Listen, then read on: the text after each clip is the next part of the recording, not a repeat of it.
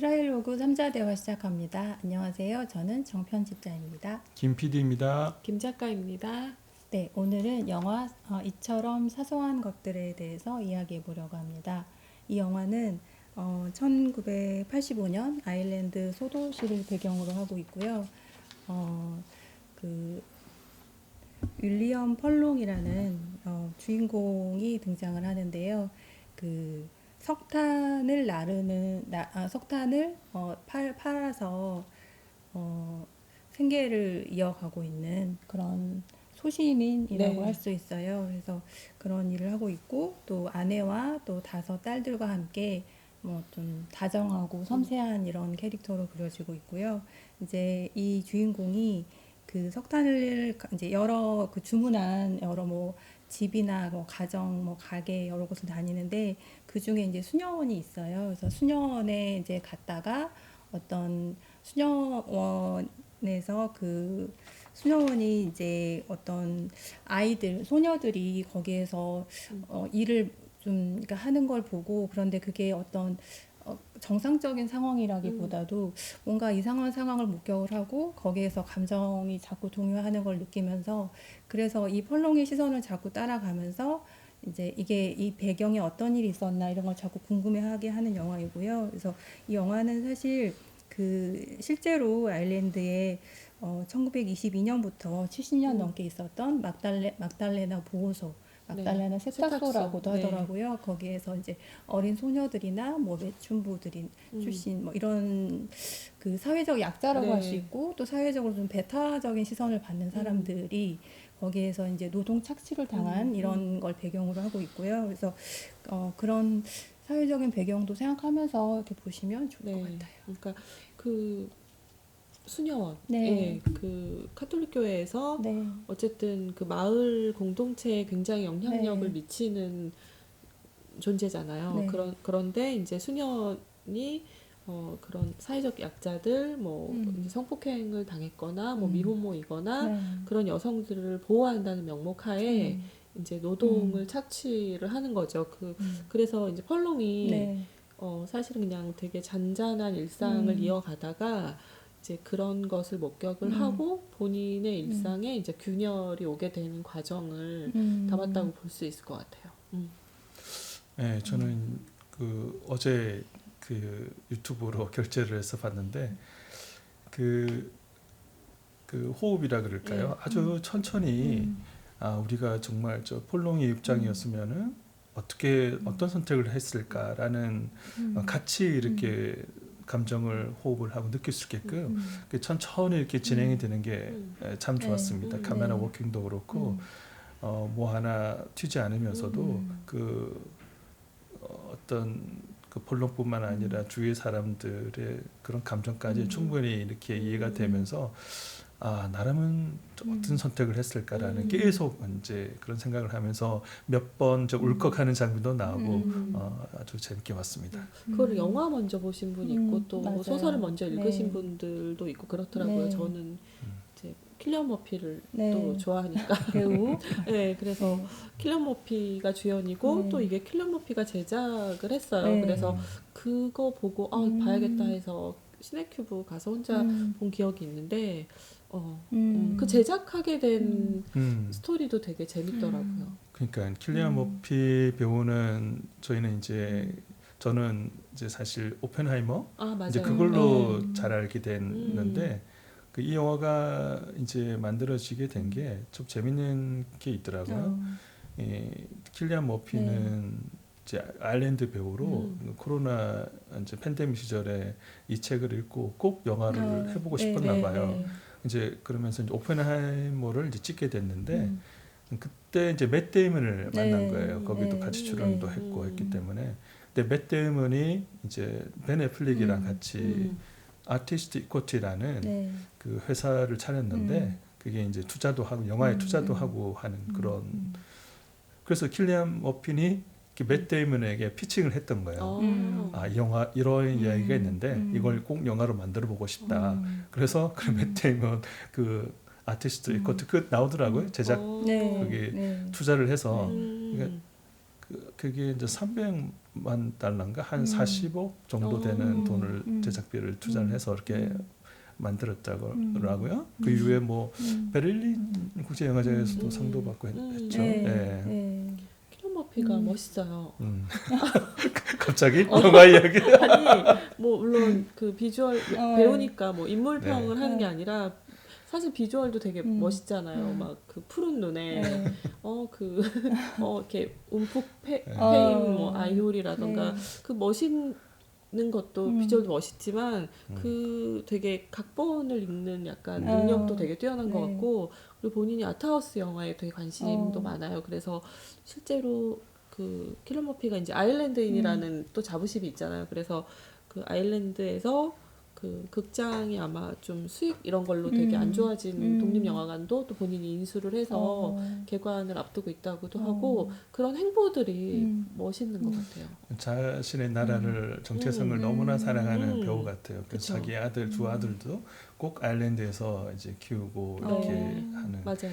이게 이제 이 영화 자체도 사실은 그 사실에 이제 기반한 이제 영화이고 어떻게 보면은 아일랜드의 조금 수치라 그럴까요? 부끄러운 면일 수도 있는데 네. 그걸 이제 과감하게 그만큼 이제 자신의 땅과 정체성을 사랑하고 네. 있는 거죠. 네. 이제 그런 게 카톨릭이라는 게 이제 아일랜드 사회에서 엄청난 지대한 영향을 미치고 네. 있더라고요. 이제 북아일랜드는 이제 개신교 이제 영국 쪽이고 해서 이게 종교가 뭔가 이게 정치하고 결합이 좀 뭐 좋든 나쁘든 이 결합이 되다 보니까 이 엄청난 지대한 영향을 미치고 또 그만한 권위를 가지는 네. 이제 네. 이 기관이 되는 거잖아요. 이제 거기에 반해서 이제 폴롱이 이제 수녀원에 반해서 뭔가 이렇게 한다는 거는 사실 엄청난 일인 거죠. 그걸 보면서 저는 이제 우리 말하자면은 이제 킬리안 머피도 이야기하는데 자기 아버지 세대 이제 이야기인데 저희도 이제 우리 아버지 세대의 어떤 권위주의 시대에 살던 아버지들의 어떤 그런 실질적인 그런 고뇌들 그런 것들을 느껴볼 수 있는 시간이었다라고 할까요? 네. 현자님은 어떻게 영화 먼저 보셨어요? 책 먼저 보셨어요? 저는 영화를 먼저 봤고요.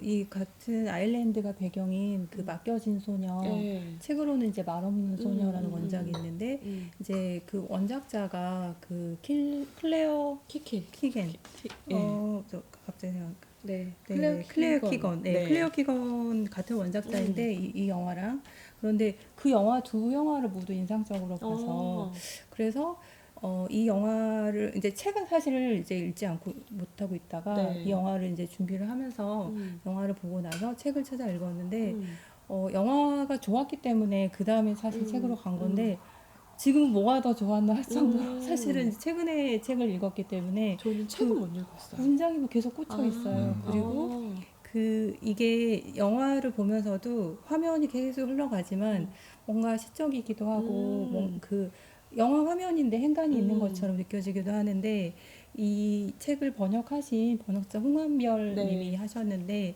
그 굉장히 그 긴 분량의 그 번역했을 때 이렇게 참고했으면 좋겠어요 하는 그런 걸 보내셨대요, 저자가. 그래서 그만큼 자신의 글에 어떤 애정이 많이 있다는 게 느껴지기도 하고. 네, 루포 작가시죠. 네. 그런 거. 네, 취재 또 직접 해서 그래서 쓰시고, 그 실제로 책 분량은 이게 그렇게 두꺼운 책이 아니에요. 그렇죠? 원작도 갖고 계시잖아요. 그런데 이게 200페이지 채 안 되는 130 정도 되는 분량인데 이게 이 사이사이에 더 많은 거를 담고 있다는 거. 그리고 이거를 하고 싶은 말이 있는데 저자가 다 하지 않은 게 느껴진다 하는 번역자의 이야기를 읽으면서 굉장히 공감이 많이 갔고 이제 특히 시작할 때 그 첫 문장을 이게 잠깐 보자면 이제 영화 얘기하다 갑자기 그러는데 그 10월에 나무가 누래졌다 이렇게 시작을 하면서 그 문단이 끝나는 부분에 그 연기는 가라앉아 북스랑 끈처럼 길게 흘러가다가 부두를 따라 흩어졌고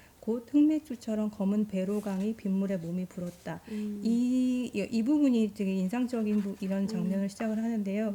이게 임신한 어떤 그런 여성들 그런 게 떠올릴 수 있게 사실은 저자가 썼고 그런데 그걸 독자가 바로 느끼지는 못하더라도 그 저자는 그렇게 얘기를 했더라고. 이거를 다 읽고 나서 다시 돌아갔을 때 어떤 다시 그 그려지는 장면이 있는 그런 거가 훌륭한 문장이다 이런 네. 식으로 생각을 얘기를 하셨다는데 그래서 아마 당분간 이 저자의 책을 찾아 읽거나 할 것 같아요. 네, 좋았어요. 네. 네. 저는 영화 보고 네. 소설을 읽고 싶다고 하다가 소설은 못 사고 그때 한참 이제 영어 공부해야겠다고 네. 생각하고 있던 지금 하고 저랑 계시는 거죠? 아니 이때 말았어요.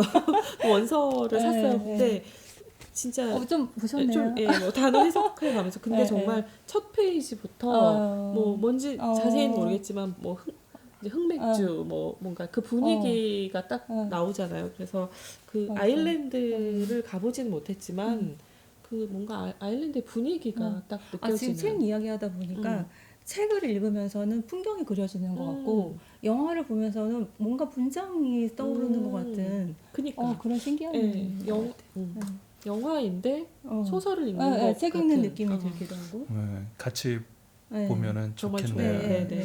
그러니까 이 영화에서 이제 폴롱이 이제 수녀원에 갔을 때 이제 목격하는 것들이 있잖아요. 젊은 이제 여성들이 그 노동을 하고 있고 힘든 노동을 하고 있고 근데 특히나 이제 그 미혼모들 이제 그런 것 같아요. 카톨릭 사회 이제 보수 사회다 보니까 예를 들어서 그 폴롱도 자기가 말하자면은 그 미혼모의 이제 맞아요. 그 그쵸. 자식이잖아요. 맞아요. 자식인 거잖아요. 네. 그게 저기 이제 플래시백으로 중간중간 나오는데 이게 어쨌든 보수적인 사회다 보니까 낙태라든지 이제 선택권은 없고 그러다 그쵸. 보니까 아마 그 자의반 타의반으로 이제 그런 수녀원에 가서 어떻게 뭐 아이를 뭐 낳아서 저기 입양을 보낸다든지 아니면 뭐 어떻게 죽게 내버려둔다 모르겠어요 정확하게는.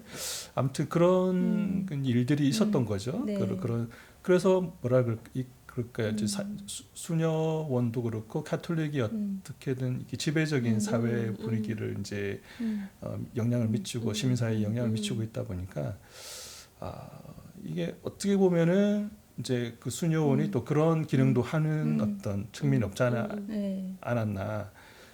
그러니까 이게 참 시대라는 게 이게 우리가 진짜 그런 컨텍스트를 알고 이제 이 영화를 보면 그치. 그러니까 좀 더 종교적으로 권위가 있는 아일랜드에서 있는 카톨릭이었으면서도 또 나라가 경제적으로 힘들다 보니까 사람들을 많이 떠나고 그러니까 노동력이 맞아요. 필요했던 거예요. 네, 그러니까 네. 어떻게 보면 제일 사회적으로 약자라고 할 수 있는 그러니까 여기에 뭐 매춘부도 있었다 이렇게 하지만 거기에 모든 문제 있는 여성들만 있었던 건 아니라고 해요. 어린 아이들도 있고 그 영화의 장면에 보면은 아빠 차를 타고 와서 엄마가 이렇게 밀듯이 들여보내는 장면이 있잖아요. 그러니까 이게 그 사회적으로도 카톨릭 그러면 낙태 이런 거 금지 뭐 이런 분위기에서 가정에서도 아마 수치라고 여겼기 때문에 그쵸. 예. 거기에 들어가면 자기 자식이 딸이 얼마나 고생하고 인간적인 대우를 받지 못할 거라는 걸 알면서도 밀어넣듯이 이렇게 보내고 그리고 또 끌려오는 사람들도 있었을 거고요. 그리고 거기서 태어난 아이들은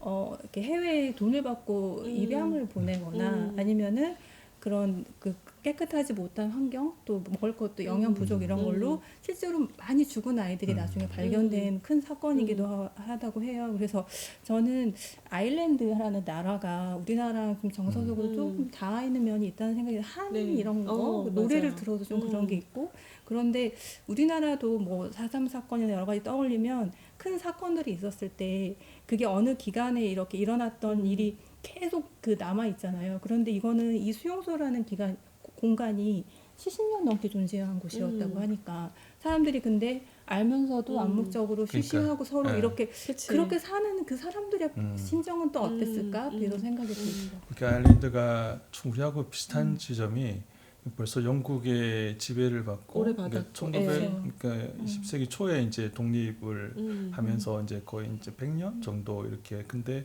그것도 순탄하게 그렇게 독립을 한 게 아니라 내부에서도 갈등이 많았고 네. 특히나 북아일랜드와도 네. 그게 또 종교하고 연결이 네. 돼가지고 서로 아직도 이제 분단되어 있죠.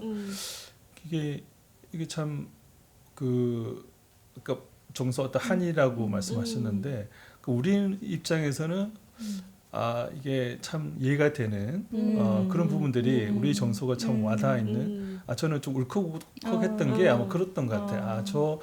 저런 권위주의 사회에 나는 그 소시민으로서 어떤 선택을 우리 아버지 세대는 어떤 선택을 했을까, 할 수 있었을까라는 어떤 그런 지점들이 느껴지니까 그런 지점들이 좀 울컥하지 않나 생각이 들고, 아무튼 이게 그 아일랜드라는 사회를 우리가 그 좀 더 이해를 하면 이 컨텍스트를 이해를 하면 이 텍스트를 충분히 아무튼 영국 이게 영국이 어쨌든 유나이티드 킹덤이 1801년에 이게 이제 아일랜드를 이렇게 점령을 해서 이제 100년 가까이 지배를 해가지고 유나이티드 킹덤이 됐던 거잖아요. 이제 아일랜드인들은 언어도 완전히 다르더라고요. 아일리시 언어가 있는데 아무튼 자기 정체성을 지키려고 우리가 일본 제국주의에게 이렇게 지배를 받았던 것처럼 자기의 정체성을 지키려고 하고, 그치. 또 어쨌든 수녀원이 마을에 그렇게 영향력을 강력하게 행사를 하면 사실은 이제 소시민들은 그게 이제 공동체 사회니까 튀면 안 되잖아요. 맞아요. 그냥 그런 게 전반적으로 깔려 있잖아요. 그러니까 그 튀어서도 안 되고 그냥 웬만한 것도 아내가 또 나중에 그런 이야기를 하죠. 그냥 뭐 덮고 넘어가는 것도 있는 거라는 이야기를 하는데 여기 문장에서 척지지 않고 산다. 척지지 않고 그렇게 표현이 돼 있구나. 저는 그 영화를 보면서 생각났던 인물이 있어요. 이제 폴롱이 어릴 때 자기는 이제 미혼모의 엄마에서 어릴 때 자라면서 그 걷어준 그 부분이 있잖아요. 난 그걸 보면서 김장하 어른이 생각이 저도 나더라고요. 생각났어요. 그게 선한 영향력, 그러니까. 노블레즈 오블리제, 이제 그치. 이런 게 정말 저런 선한 영향력이 결국은 폴롱으로 하여금 자기도 이제 그 어린 소녀를 이제 구하려고 이제 하잖아요. 사실은 그러니까 양심에 관한 문제이잖아요. 그러니까 펄롱이 되게 감수성이 예민하고 섬세한 사람인 것 같아요. 그러니까 맞아. 그 책에서도 그려지고 처음에도 그런 장면이 나오죠. 그러니까 그 펄롱이 좋은 사람이라는 걸 알 수 있는 부분이 있잖아요. 처음에 트럭을 타고 석탄 배달을 가다가 이제 길에서 아이를 만나고 이제 어쨌든 펄롱은 뭐 물론 생활이 다 어렵긴 하지만 그래도 좀 먹고는 살만 하잖아요. 석탄을 팔아서. 근데 이제 그 어려운 아이에게 이제 그 동전을 주는 그런 장면들이 되게 좋은 사람이라는 걸 알 수 있죠. 내가 좀 있으니까 줄게 이런 태도가 아니라 이렇게 아이를 찬찬히 보면서 들어주려고 하는 게 다정한 사람. 이 모든 그 주변에 특히 길에서도 고양이 먹으라고 내는 우유를 이렇게 꿀꺽꿀꺽 마시는 아이를 보기도 하고, 근데 이런 거를 못 지나치는 거잖아요. 그쵸. 그 매번 가서 이렇게 참여하고 이러진 않지만 그 시선, 그리고 돌아와서 그 잠을 이루지 못하고 혼자 차를 마시면서 창문 밖을 바라보면서 결정적으로 책을 읽잖아요. 석탄 상인인데 책을 읽어. 그러니까 저는 이제 그런 부분이 그러니까 물론 소시민이고 좋은 사람이고 어릴 때 다행히 미혼모인 자기 엄마가 이제 좋은 분의 도움을 받아서 본인은 그래도 먹고 살 수 있게 그냥 가족도 받아주지 않았대요. 그게 16살인가 책에 나오는 거 아이가 16세에 그 집에 일을 하면서 이렇게 임신하니까 집에서는 안 받아줘요. 말하자면은 막달레는 소녀를 그러니까 보내줄 수도 있었어. 정말로 엄마가 거기 갈 수 있었고 자기는 이 세상에 지금 없을 수도 있는 상황인 거예요. 그러니까 근데 어쨌든 그런 도움을 받았기 때문에 이제 그런 걸 지나칠 수 없는 것도 있고. 근데 받았다고 해서 모두가 이럴 수는 없을 것 같아요. 그렇죠. 그렇기도 하고 또 이제 본인이 딸이 5이잖아요. 그러니까 그 부분도 아내가 있고 딸이 5이고 펄롱까지 이제 7가족인데 그 어쨌든 펄롱이 늘 들어와서 루틴으로 하는 게 있잖아요. 뭐 손을 깨끗이 씻고 아이들에게 뭐 밥을 먹었나 물어보고. 근데 그래도 그 아이들은 굉장히 다른 가정의 아이들보다는 좀 그래도 밥은 먹고 살 수 있는. 그래도 다른 집 얼마나 그 주변 환경이 어려웠냐를 보면은 이렇게 펄롱은 거기 사장으로 보이잖아요. 직원들 월급 주고 이런 거 나오니까. 그런데 이 사람도 이렇게 여기 사장이라고 책임자라고는 하지만 환경이 어려운 것이 어떤 우리 잘 지내고 있지 여보 이렇게 물어봤을 때 사실 펄롱은 많은 걸 담고 물어본 것 같은데 아내는 그냥 경제적인 면으로 받아들이고 우리 이 정도면 괜찮지 뭐 적금도 붙고 있고 이러면서 내년에는 저기 자꾸 이렇게 창문 덜컥거리는 저거 대출 받아서 저거 창문 이렇게 교체하자 이렇게 하는데 그것도 대출 받아야 가능한 거고. 아내는 너무 이기적이. 아니야. 근데 그게 어. 또 이해가 가요. 어, 현실적인 어. 어떤 면은. 그리고 또 펄롱의 마음을 아주 그냥 이렇게 배척하지는 않는 것 같아요. 들어주려고는 하지만 그래도 자식이 5이 있고 하니 뭔가 한 사람이 정신을 차려야지 이런 면도 있는 것 같고요. 그리고 또 그 펄롱이 이렇게 그 수녀원에 갔을 때 그 아이들이 이렇게 마룻바닥을 닦다가 쫓아나와서 저희 좀 강으로 배로강으로 좀 저희 데려다만 주세요. 문 밖으로 나가게 해주세요. 이러면서 그 얘기를 듣고 이제 돌아오면서 그 이렇게 운전을 막 거칠게 하다가 이게 책에 나온 장면인 것 같은데요. 거칠게 이거 영화에는 안 나왔던 것 같아요. 하다가 길을 잃고 어느 노인을 만나요. 길에서. 그래서 이 노인한테 여기로 가면 어디가 나오나요? 물어봐요. 이제 혼란스러운 상태인 거예요. 그런데 그러니까 노인이 그렇게 얘기를 하거든요. 가면 어디로든 자네가 당신이 원하는 대로 갈 수 있다네 이렇게 얘기를 하거든요. 이럴 때 펄롱이 그러면서 그 어디로든이라는 것이 그냥 아내와 같이 마음을 합쳐서 우리 5 아이들 수녀원에서 운영하는 학교를 잘 보내고 이 마을 이 환경에서 그래도 어느 정도 좀 좋은 직업 구할 수 있고 살 수 있게 그런 삶을 선택할 것인가 아니면은 자신의 양심을 버리지 않고 그 삶을 할 것인가 이런 그러니까 거. 네. 그 양심에 관한 문제라 진짜 많은 생각을 하게 했던 것 같아. 네. 그 주위 사람들도 충고를 하잖아요. 그렇죠. 이제 수녀원이 네. 그 사회에 미치고 있는 영향이 엄청 크니까 그러니까. 괜히 헛된 짓 하지 말라고 정말 척지지 말고 찍히지 찍지 말고. 그 수녀원에 당장 석탄을 빼고 못하는 것뿐만 아니라 결국은 이제 거의 자기 생계가 위험이 자기 식구들이 위험에 빠질 수도 있는 이제 그런 조건인 거죠 사실은. 수녀원장도 대놓고 얘기하잖아요. 그 자식이 몇 명이지? 정말 이러면서. 수녀원장 정말 그 이중적인 연기 그러면서 너무 잘. 돈을 또 돈을 또 주고 그쵸. 봉투에 넣어서. 근데 이제 아까도 말씀드렸지만 한편 또 그런 수녀원의 위치가 지위가 이해가 되니까 저는 그런 지점들에 좀 울컥한 거야. 정말 갈등을 같이 이렇게 느껴지니까.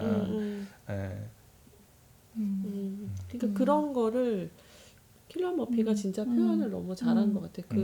물론 이제 그런 부분도 있지만 그 어쨌든 일상이 매일 반복돼. 물론 딸도 있고 행복하긴 하지만 그 되게 권태로운 이 느껴지는 것들 있잖아요. 일상의 권태를 어쨌든 견디는 것들을 너무 연기를 정말 잘한다는 생각이 들었어요. 그러니까, 참 킬리안 머피는 아니면 그걸 어떻게 표현을 할까 그 갈등하는 그 아버지의 모습을 참 아일랜드가 아까도 우리 정사하고도 많이 다 있다고 했는 게 또 날씨가 그런가 되게 제가 이니세리네 벤치라는 영화 그러니까. 그것도 되게 재밌는데 그것도 이제 저도 찾아서 보니까 이제 그것도 아일랜드 영화더라고요. 그 영화가 그러니까 늘 날씨가 그래서 그런지 뭔가 할 일이 없는 동네에 남자들은 그냥 하는 일이 매일 뭐 오후 5시쯤 만나서 펍에서 맥주를 한 잔씩 마시는 게 그냥 일인 거예요. 근데 늘 만나던 친구가 갑자기 절교를 선언을 해서 이제 그런 이야기인데 그 영화에도 그렇게 뭔가 우울함, 막 뭔가 춥고 뭔가 막 서늘하고 그런 느낌들이 이 영화에서도 되게 춥고 화면이 계속 그런 뭔가 느낌이 있어요. 이제 그 스터번이라고 그러죠. 고집스러운 그런 캐릭터 측면을 좀 잘 표현한 거 아닌가. 그게 근데 아까 그 매일 오후 5시에 맥주 아일랜드 맥주가 맛있긴 하. 그래요?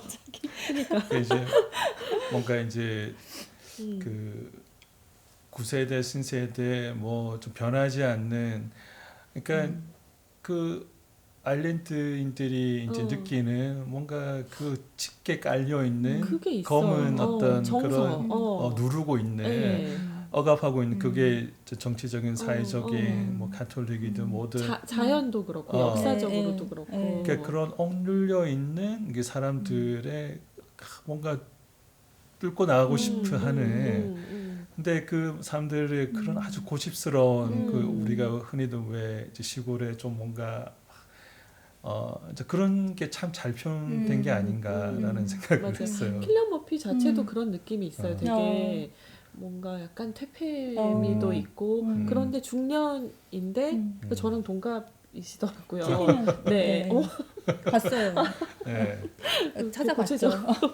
저도 친구인데 킬리안 머피가 중년인데도 네. 소년미도 있고 네. 소년 아. 같은 얼굴도 있고 되게 퇴폐미도 약간 있고 장점을 참 잘 찾으시는 그리고 것 같아요. 어떤 면에서는 제가 그 유혹의 계절이라는 영화를 예전에 봤었는데 그게 약간 동네에 옆집 여자하고 불륜이 난 어떤 남자의 이야기예요. 근데 그것도 되게 이거를 킬리안 머피가 진짜 정말로 뭔가 저런 사람들은 저럴 것 같은 그 되게 비열하면서도 약간 현실적인 거를 너무 잘 표현을 해서 그런 아일랜드 특유의 막 고집스러움과 그런 걸 정말 다 이 가지고 있는 것 영화에서 같아요. 이렇게 봤을 때는 그 화면 가득 이렇게 혼자 그 등장하는 씬이 네. 많잖아요. 근데 정말 저 사람은 꽉 채우잖아요. 저기에서 저런 갈등을 하면서 살 것 같은 맞아요. 예. 그런 느낌. 어떤 역할을 네. 해도 오펜하이머도 너무 네. 놀라웠잖아요. 네. 그런 연기를 아무튼 너무 잘하는 것 같고. 그 좀 완전히 대표적인 아이 같은데 맞아요. 인트로버트인 예. 성격의 사람도 연기라는 거를 배우라는 직업을 할 수가 있겠구나. 또 그 역할이 그런 이제 성격이 맡을 수 있는 캐릭터가 많구나라는 거를 이게 이제 오펜하이머도 그런 거잖아요. 고뇌하는 그 물리학자 그러니까. 자기가 이제 전 인류를 네. 그 단추안으로 없앨 수 있는 무기를 개발했다는 그 고뇌하는 물리학자를 그거를 위해서 이 성향의 어떤 사람 캐릭터로 이제 그려졌다 그러면 사뭇 다른 영화가 되지 않았을까. 실제로도 되게 아날로그적이고 어떤 인터뷰에서도 맷 데이먼이 뭐 같이 밥을 먹기 되게 힘든 사람 중에 하나로 딱 꼽았고 근데 그만큼 이제 뭔가 준비할 때도 딱 연기 외에는 딱 신중해 생각을 보여요. 신중하고 뭔가 몇 대면은 완전히 이 그쵸 완전 맞아요. 떠버리는. 저도 그러니까 인터뷰하는 화면을 이렇게 봤는데 그런 거 있잖아요. 그러니까 어떤 영화를 이렇게 딱 몰입해서 보고 났는데 실제 이렇게 말하는 뭐 인터뷰든 네. 실제 일상을 봤을 때 정말 다른 사람 봤을 때는 그 영화에서 확 그냥 깍 깨질 때 있잖아요. 근데 이분은 그 영화에서 봤던 느낌이랑 그냥 이렇게 말하는 거의 톤 비슷한 것 같아요. 그런 것 같아요. 크리스토퍼 놀란 감독의 엄청 극찬을 했죠. 페르소나라 그러잖아요. 네. 오펜하이머 하면서 엄청 반했나 보더라고요. 맞아요. 그 무슨 어떤 또 인터뷰를 저는 인터뷰 좀 많이 다 찾아보는데 거기서도 화면을 다 찾아서 보셨어요? 그 어떤 인터뷰가 그 이제 약간 휴대폰 이런 거 할 때 메시지 어떤 이모티콘을 잘 쓰냐 그랬더니 뭐 이모티콘 막 이러면서 다른 같이 인터뷰한 배우는 생각을 하는데 그냥 이렇게 가만히 있다가 자기는 이모티콘을 쓰지 않고 그냥 철자를 정확하게 보내는 걸 중요하게 생각한다 그래서 편집자님 생각이 났어요. 항상 메시지 이렇게 주고받거나 하실 때 되게 한번 검토하거든요. 정정하시잖아요. 약간 그런 스타일. 그 이니션인의 벤시 왜 그 장면도 갑자기 생각나는데 왜 어린 소년이 연상녀에게 좀 약간 고백하는데 이제 연상녀가 뭐 이렇게 이야기하니까 안 되는 거지 뭐 안 되는 거죠 하면서 그 안타까워하는 그 아일랜드 특유의 어떤 정서가 있어요. 뭐라고 말을 할 수 없는. 아일랜드는 정말 꼭 한번 가보고 싶은 그 뭐예요? 영화 뭐였죠? 그 뮤지컬 원스. 그러니까 좋았죠. 그 노래 저도 CD 사서 또 그러니까 원스 너무 예전에 원스 너무 좋아했지 진짜. 좋았어요. 근데 영화를 자세히 보시면 아시겠지만 어떤 장면은 여자 배우가 이제 나오면서 이제 노래를 부르잖아요. 노래를 부르는데 거리에서 노래를 불러요. 노래도 흘러가고 있어 머리에서. 근데 그 아이들이 그 주인공 여자를 한 번 보고 또 카메라를 한 번 보고 이런 그러니까. 식으로 막 따라와. 따라오면서 배우를 한 번 보고 카메라 한 번 보고. 그거를 말하자면 NG 컷인데 그건 전혀 상관이 없는 거예요. 우리는 벌써 그 배우들에게 빠져들었고 거리에서 노래를 부르건 어쩌건 우리는 충분히 그거를 판타지를 받아들일 준비가 돼 있어. 영화는 정말 그런 거구나라는 생각이 들었거든요. 참 아일랜드 영화들이 우리하고 정서가 참 잘 맞는 것 같아요. 또 되게 예술적이고 맞아요. 자연과 문학 작품도 많죠. 많죠. 뭔가 집에도 억압을 많이 받아서 그런지 억울한 그런 게 하고 좀 싶은 있죠. 예. 정서가 있는 것 같아요. 꼭 맞아요. 아일랜드를 한번 가보고 싶네요. 맞아요. 아직 네. 못 가봐가지고. 그러니까. 이 주인공이 아까 이렇게 엄마랑 같이 걷어준 그 미시즈 윌슨, 그러니까 윌슨 부인에 대해서 나왔잖아요. 근데 그 아까 이제 철자 이런 얘기 나왔을 때도 그 이야기 속에서도 이 펄롱이 크리스마스 선물로 어린 아이 시절을 이렇게 상기할 때 뭐 받고 싶냐 했을 때 그림 퍼즐을 받고 그림 퍼즐, 싶다고. 예. 근데 그게 아니면 아빠를 궁금해하잖아요. 계속. 그런데 그걸 받고 싶다고 하는데 그래서 기대를 하고 크리스마스 날 이렇게 딱 선물을 열었는데 그 보온 물주머니를 네드가 선물을 한 거예요. 거기 이제 그 집에서 같이 일하는 일꾼으로 나오는 네드인데 나중에 아빠로 추정이 되죠. 그런데 이제 그런 이후에 그러니까 그걸 받고서 이제 크리스마스 선물로 그걸 이제 처음에 실망을 해서 그런데 그거를 눈물이 후두둑 떨어지는데 그거를 투정 부리지 않고 엄마의 상황, 자기가 처한 상황을 또 어린 아이지만 그거를 알고 있으니까 그냥 어디 이렇게 헛간 같은 데 가서 혼자 울고 있고 맞아요. 네드가 와서 달래주면서 다음에 선물을 나한테 얘기하면 내가 산타 할아버지한테 전달해 줄게 막 이런 거 하는데 그 영화를 보면서 네드라는 존재 그리고 아버지가 누굴까 이런 거 생각을 하다가 나중에 이제 정말 제3자 정말 상관없는 사람한테서 내 삼촌이 조카인가 봐요. 많이 닮았네. 뭐 이런 걸 정말 이렇게 어이없이 알게 되는 상황. 근데 이러는데 그러면 네드라는 존재에 대해서도 생각을 해봤어요. 그런데 그 아버지라는 역할을 이렇게 대놓고 하진 않았지만 어렸을 때 많은 것들을 알려주고 도움을 주고 정서적으로 네. 그런 걸 그러니까 입장을 이렇게 달리 바꿔서 생각을 했을 때 네드 입장에서 자기가 아버지라고 그 엄마가 16살의 아이를 가졌듯이 네드도 비슷한 나이였을 것 같아요. 그런데 아버지라고 자기가 전면에 나설 만큼 경제적이나 어떤 사회적인 위치가 되어 있지 않는데 윌슨 부인이 잘 챙겨주시잖아요. 근데 그랬을 때 자기가 뒤에 빠져 있는 것이 아이한테 더 나을 거라는 생각을 했을지도 모르겠다. 이런 생각이 들면서 나쁜 아빠, 저게 아빠야? 막 이런 생각보다 좀 그런 한편으로 이해되는 부분이 있었고 또 윌슨 부인한테 이제 나중에 이제 그 크리스마스 때 그 크리스마스 캐럴 그 책을 네. 선물 받은 그게 나오는데 그 책을 이제 실망을 했지만 이제 그걸 다 열심히 읽어내고서 이제 그거 나중에 학교에서 맞춤법 잘 맞췄다고 다 맞췄다고 이제 그 1등 했다고 칭찬받고 이제 돌아온 그거를 집에 가서 자랑하니까 윌슨 부인이 너는 이렇게 뭐 잘하는 아이야 뭐 이러면서 칭찬해주는 걸 가지고 자기가 나도 또래 친구들이랑 별다를 게 없는 그냥 나도 평범한 애야 하는 마음으로 뿌듯하게 살았다. 근데 이런 것들을 보면서 그 눈에 보이지 않지만 이렇게 틈틈이 챙겨준 네드나 이렇게 윌슨 부인 이런 윌슨 부인은 또 개신교도였다고 이렇게 언급이 또 살짝 되더라고요. 네네. 책에서는. 근데 이런 주변에 이런 부분 그러니까 이 책과 영화의 제목도 이처럼 사소한 것들이잖아요. 그런데 이 사소한 것들이라는 게 우리 주변이나 또 여러 사람들한테 뭐가 있을까 뭐 이런 생각도 들면서 사소하지만 사소하지 않은 것들 그러니까 어쩌면 그리고 또 사소한 것들이 이렇게 작게 이런 것들이 모여서 사실은 어떤 그 사람의 뭐 인생이 완성이 되기도 하고 이러잖아요. 그래서 저도 이제 이 영화를 다 보고 나서 계속 여운이 이렇게 있어서 또 최근에 다시 보기도 해서 그런 것도 있지만 나한테 이처럼 사소하지만 특별한 거 내가 나를 살게 해준 게 뭐였을까를 생각을 해봤는데 좀 어렵더라고요. 그런데 저는 특별한 어떤 사건보다도 그냥 주변에 한결같이 있어준 몇몇 사람들이 떠오르더라고요. 그 사람들이 특별히 나한테 해준 어떤 특별한 언행 이런 것보다 그냥 있어준 거, 그냥 거기에 있어준 거. 그래서 제가 뭐 힘들 때나 어떤 얘기를 하고 싶거나 했을 때 그냥 같이 있어주고 옆에 있어 들어주는 거. 같이 그게 있어주는 게 떠오르더라고요. 엄청 네네. 힘든 거예요, 진짜. 그래서 특별히 무슨 뭐 선물을 받고 뭐 이런 거 그런 게 아니라 그냥 나라는 존재를 그냥 나로 그냥 봐준 사람이 몇몇들 그게 더 떠오르더라고요. 그쵸. 그런 존재가 뭐 네. 진짜 한두 명만 있어도 네. 사랑할 수 있는 거니까.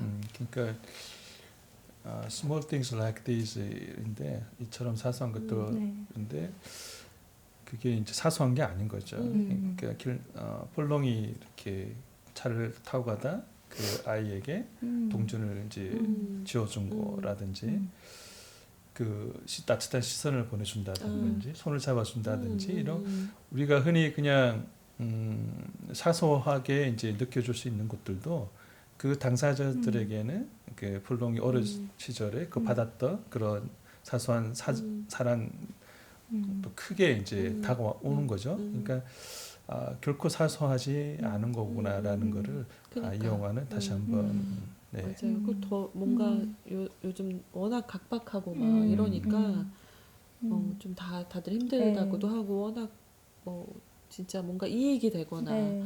아니면 나한테 네. 어떤 도움이 되거나 이런 거 아니면 또 사람들이 아예 또 움직이질 음. 않잖아요. 그러니까 좀 이런 각박한 세상에서 그래도 뭔가 좀 따뜻한 게 누굴 좀 한 번 더 생각한다거나 이런 것들이 좀 진짜 중요한 것 같아요. 네. 여기까지 할까요? 이처럼 사소한 네. 것들 네. 네. 네. 책으로도 영화로도 한번 보시면 좋을 것 같아요. 네. 오늘은 여기까지 하겠습니다. 고맙습니다. 감사합니다. 감사합니다.